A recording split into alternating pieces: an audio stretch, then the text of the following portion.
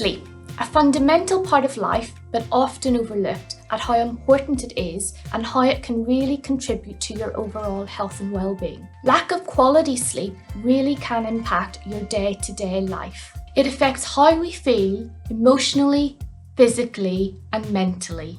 It can also have an impact on our productivity, our decision-making skills, and relationships. In the long term, lack of sleep can be detrimental to health. Sleep helps balance hormones, plays a significant role in repairing your heart and blood vessels, and helps your brain to learn and remember. 40% of people struggle with poor sleep habits, which can be really worrying when this can really affect your daily life. Adults should aim to have 7 to 9 hours of sleep per night, and children 9 to 14 hours dependent on their age. There are 5 stages of sleep. We go through each stage many times throughout the night. Stage 1 is where we drift in and out of consciousness. Stage 2 is where we spend 50% of our sleep. Our eye movement stops and our heart rate begins to slow down. Stage 3 and 4 are the deepest part of sleep and the restorative part of sleep, particularly stage 4, where our blood pressure drops and our breathing becomes deepest. These 4 stages all happen in non-rapid eye movement. In addition, there is a 5th stage of sleep in this sleep cycle. Most people spend 20% of their sleep in this stage. It is the only stage of sleep where rapid eye movement takes place. During this stage, our breathing becomes shallower, our heart rate raises, our muscles and limbs become paralysed, hence this stage is also the restorative part of sleep. We also do most of our dreaming during this phase. We may not be able to control what we do during our sleep, but we can control what we do during the day to ensure better quality sleep. My first tip is to get into a good sleep sync cycle. This will help improve your body's internal clock and help improve sleep quality. There are several things you can do to achieve this. For example, going to bed the same time every night to include weekends. If you need to take a nap, ensure it is no longer than 15 to 20 minutes and early afternoon. Also, try to fight the after-dinner drowsiness by getting up and doing something. This could be either round the house or going out for a walk. My second tip will help with tip 1. It is important that you create a good environment to ensure good quality sleep. It will virtually be impossible to sleep in a crowded room with lots of noise and bright light. A hormone called melatonin is controlled by exposure to light and helps regulate your sleep-wake cycle. When it is dark, your brain secretes more melatonin, which makes you feel sleepy. There are, however, other aspects that affect the body's production of melatonin and your sleep pattern, such as exposure to bright light and tech before bed.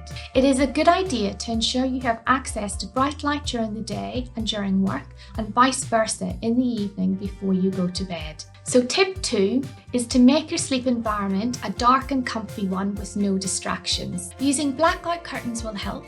Ensuring your room is of an ambient temperature and leaving LCD screens to include mobiles in another room will help. If you have an alarm clock, ensure you dull the lights on it where possible. Winding down after a busy day is also very important. It can be hard to let go of work after a busy day or if you are stressed. Relaxing will take time to practice and achieve. Whilst watching TV may help you do this, the bright screen does not necessarily bode well for a good night's sleep. So tip 3 is learn a way to relax before bed that suits you. For example, this could be reading a book or listening to calming music. If you are feeling stressed and anxious and have thoughts running around in your head, it is important to acknowledge these thoughts and stresses, but not for too long. It may help to allocate a set time to think about them, process them, and then let them go. This may help prevent you lying awake at night, pondering over these thoughts. You may not think it, but what you eat can also affect your sleep, particularly if you eat close to bedtime. It is important to eat healthy, balanced meals. Some protein foods, such as turkey, milk, cheese, yogurts, soya milk, and peanuts, contain tryptophan, which converts to melatonin, and serotonin, which are sleep-promoting chemicals. Carbohydrate foods make tryptophan more available to the brain, which is why carbohydrate-heavy meals may make you feel drowsy. However, going to bed on a full stomach can also make you feel uncomfortable, and so perhaps ensure that you don't eat too late. You also need to be mindful about how much caffeine you consume during the afternoon. Caffeine is a stimulant which may make it more difficult to get to sleep. Therefore, opt for decaf options throughout the afternoon and evening. Alcohol can also disrupt sleep patterns. Whilst you may think it will help you nod off, the quality of your sleep will be affected. Alcohol is also a diuretic, meaning you may need to go to the toilet more frequently, something that will disrupt your night's sleep. So tip 4, consider what you drink and eat in the evening to help aid sleep. My final tip you may not expect to be linked with sleep. However, it is interlinked with my other tips. Intense exercise in the evening is not necessarily going to help you go to sleep, as it may make you more alert. However, this may be the only time that you get to exercise, and therefore it is important not to cut it out. There are also forms of exercise that help you unwind, practice mindfulness and breathing techniques such as yoga. These may help you sleep better. So tip 5 is to try and fit exercise into your regular routine.